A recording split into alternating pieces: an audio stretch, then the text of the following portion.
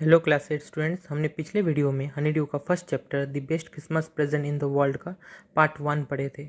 आज हम इसका दूसरा भाग पढ़ेंगे। So let's start. Dearest Connie, I write to you in a much happier frame of mind because something wonderful has just happened that I must tell you about at once. We were all standing in our trenches yesterday morning, Christmas morning. It was crisp, quite all about, as beautiful a morning as I have ever seen, as cold and frosty as a Christmas morning should be. तो writer उस चिट्ठी को पढ़ना शुरू करते हैं जिसकी शुरुआत होती है प्यारे कॉनी से। तो चिट्ठी में जिम ने लिखा था, प्यारे कॉनी, मैं बहुत ही खुशी से और बड़े खुश मिजाज से ये चिट्ठी लिख रहा हूँ क्योंकि कुछ बहुत अच्छा घटित हुआ है जिसे मैं तुम्हें तुरंत बताना चाहता हूँ। हम सभी अपने अपने खाइयों में खड़े थे कल सुबह को, मतलब क्रिसमस की सुबह को। ये सुबह बहुत ही ठंड वाला, शांत वाला और इसके साथ साथ बहुत ही खूबसूरत था जो मैंने कभी नहीं देखा था। ऐसी ही इतनी ठंडी और कड़ाकेदार ये क्रिसमस की सुबह होना चाहिए था। I should like to be able to tell you that we began it, but the truth I am ashamed to say is that Fritz began it. First, someone saw a white flag waving from the trenches opposite. Then they were calling out to us from across no man's land. Happy Christmas, Tommy. Happy Christmas. When we had got over the surprise, some of us shouted back, "Same to you, Fritz. Same to you." I thought that would be that. We all did, but then suddenly one of them was up there in his grey greatcoat and waving a white flag. "Don't shoot, lads," someone shouted, and no one did. Then there was another fridge up on the parapet and another. "Keep your heads down," I told the man. "It's a trick," but it wasn't. मुझे तुम्हें बताना चाहिए था कि हमने इसकी शुरुआत की थी, पर मुझे ये बताते हुए शर्मिंदा लग रहा है कि इसकी शुरुआत हमने नहीं बल्कि जर्मन के सैनिक ने की थी। पहले उन लोगों की तरफ से एक सफ़ेद झंडा लहराया गया जो कि समर्पण और शांति का एक प्रतीक है। उसके बाद उस बिना इंसान की भूमि से वे चिल्लाकर सभी अंग्रेज के सैनिकों को क्रिसमस की हार्दिक शुभकामनाएं देते हैं। हमारी तरफ से भी कुछ सैनिक जवाब में बोले, आप जर्मन की सैनिकों को भी बहुत बहुत मुबारक हो। हम लोगों ने सोचा बात यहीं पे ख़त्म हो गई, लेकिन उन जर्मन सैनिक में से एक ने फिर सफ़ेद झंडा लहराया। किसी ने चिल्लाकर कहा, गोली मत चलाना, और किसी ने चलाया भी नहीं। उसके बाद हम देखते हैं कि एक के बाद एक बहुत सारे जर्मन सैनिक हमारे ही ओर चले आ रहे थे। मैंने कहा, अपना सर सभी नीचे कर लो, ये एक कोई चाल हो सकता है, लेकिन असलियत में ऐसा कुछ नहीं था। The Germans was waving a bottle above his head. It is Christmas Day, Tommy. We have snaps. We have sausage. We meet you, yes. By this time, there were dozens of them walking towards us across no man's land, and not a rifle between them. Little Private Maurice was the first up. "Come on, boys. What are we waiting for?" And then there was no stopping them. I was the officer. I should have stopped them there and then, I suppose, but the truth is that it never even occurred to me I should. All along the line and hours I could see men walking slowly towards one another, grey coats, khaki coats meeting in the middle, and I was one of them. I was part of these. In the middle of the war we were making peace. तो एक German एक बोतल को अपने sir पे हिला रहा था और बोल रहा था, ये क्रिसमस का दिन है अंग्रेजों। आगे बोलता है, हमारे पास शराब है, डब्बाबंद गोश्त भी है, क्या इस अवसर पर हम मिल सकते हैं? हाँ। इतना कहते ही दर्जनों जर्मन के सैनिक हमारी तरफ आने लगे, वो भी बिना कोई बंदूक साथ में लिए। छोटा निजी मॉरिस खड़ा होता है और बोलता है, हम किस चीज़ का इंतज़ार कर रहे हैं? चलो सभी लड़कों, हम भी उनसे मिलते हैं। इसके बाद दोनों तरफ के सैनिकों को कोई रोकने वाला नहीं था, क्योंकि मैं एक ऑफिसर था, तो एक बार के लिए मुझे लगा मुझे उन्हें रोक देना चाहिए, पर असलियत ये थी कि मैं भी उन्हें रोकना नहीं चाहता था।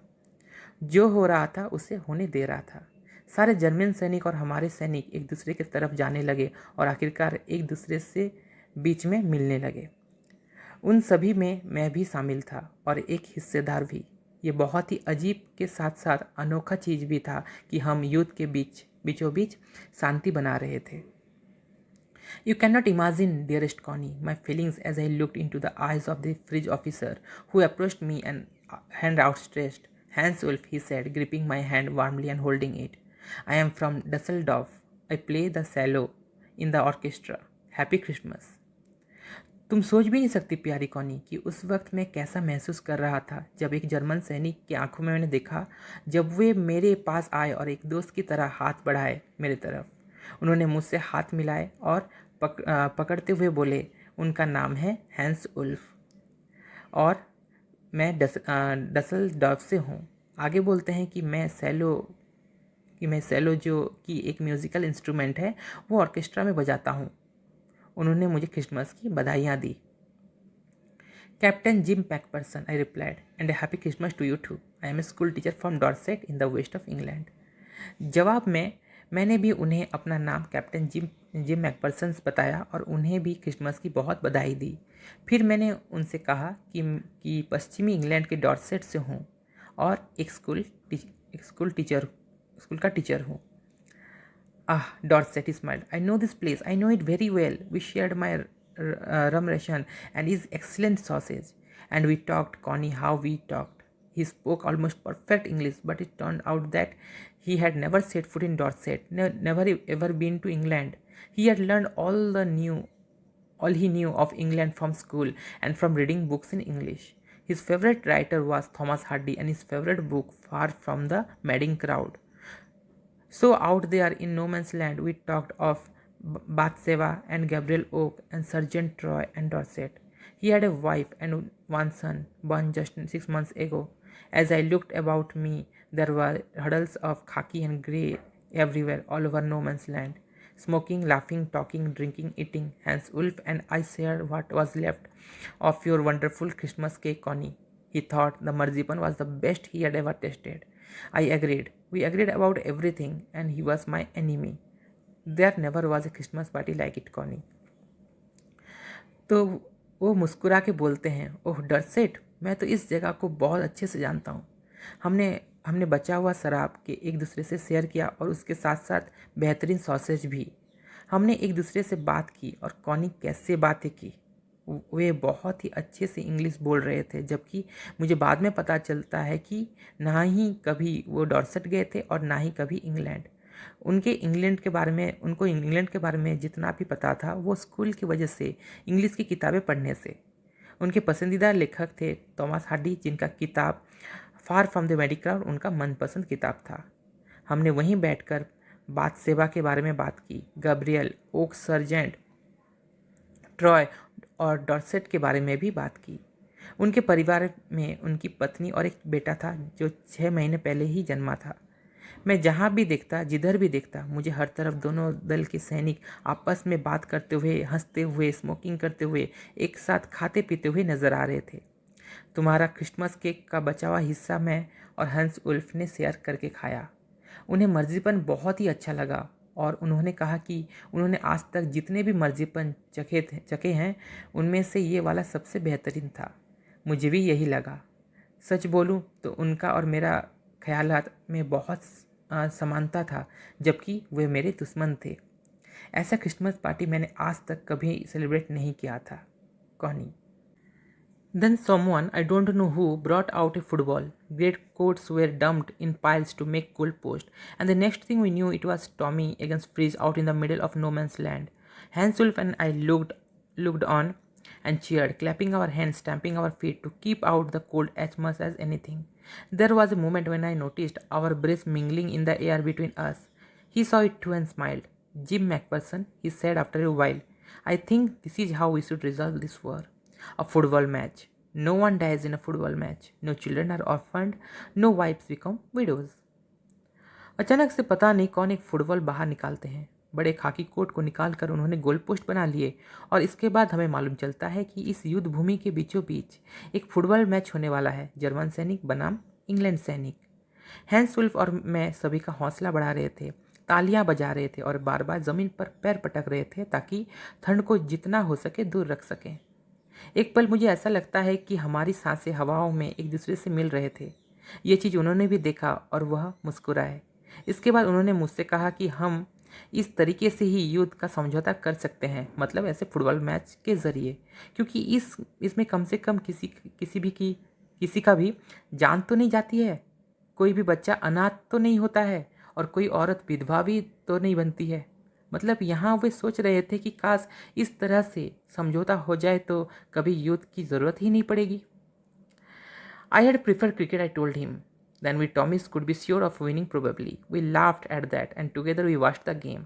Sad to say, Connie, Freeze won and 2 goals, but as Hans Wolf generously said, Our goal was wider than theirs, so it wasn't quite fair. मैंने उनसे कहा कि अगर ऐसे ही समझौता करना है तो क्रिकेट खेल के करेंगे, क्योंकि इसमें अंग्रेज़ों की जीत की संभावना ज़्यादा होगी। इस बात पे हम दोनों बहुत हंसते हैं और मैच देखना जारी रखते हैं। बड़े दुख के साथ कहना पड़ेगा कि जर्मन के सैनिक जीत गए 2 गोल करके, जबकि हमारी टीम बस 1 ही गोल किए थे। हैंसुल्फ ने उदारता दिखाते हुए बोले कि नहीं नहीं, ये अन्याय है, क्योंकि हमारा गोल पोस्ट बड़ा था इसलिए हम जीत गए। मतलब यहाँ पे इंग्लैंड के सैनिकों को हारने का दुख ना हो, इसलिए वो ऐसा समझौता कर देते हैं। The time came all too soon. When the game was finished, the snaps, the rum, and the sausages had long since run out, and we knew it was all over. I wished Hans well and told him I hoped he would see his family again soon, that the fighting would end and we could all go home. आखिरकार वो समय आ गया था और ऐसा लग रहा था जैसे बहुत ही जल्दी आ गया, जब खेल ख़त्म हो चुका था, खाने पीने की चीज़ भी कब से ख़त्म हो चुके थे। इससे हम सभी को ये पता चल चुका था कि अब हमें युद्ध भूमि में वापस जाना पड़ेगा। मैंने हैंस को बहुत शुभकामनाएं दी और बोला कि मैं आशा करता हूँ वो बहुत जल्द ही अपने परिवार को मिल सकेंगे और ये युद्ध जल्द से जल्द ख़त्म हो जाए तो हम सभी अपने अपने घर जा सकेंगे। I think that is what every soldier wants on both sides, Hanswolf said. Take care, Jim McPherson. I shall never forget this moment, nor you. He saluted and walked away from me slowly. Unwillingly, I felt. But he turned to wave just once and then became one of the hundreds of grey-coated men drifting back towards their trenches. हैंसवुल्फ कहते हैं कि मेरे हिसाब से दोनों तरफ के सारे सैनिक यही तो चाहते हैं।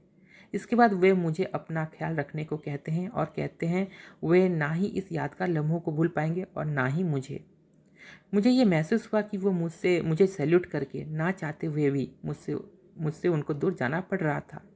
वह एक बार आखिर बार मुड़ के हमारे तरफ हाथ फहराए और फिर बाकी जर्मन सैनिकों के साथ मिल गए और अपने अपने खाइयों की ओर चले गए। That night, back in our dugouts, we heard them singing a carol and singing it quite beautifully. It was still Natch, silent night. Our boys gave them a rousing chorus of while shepherds watched.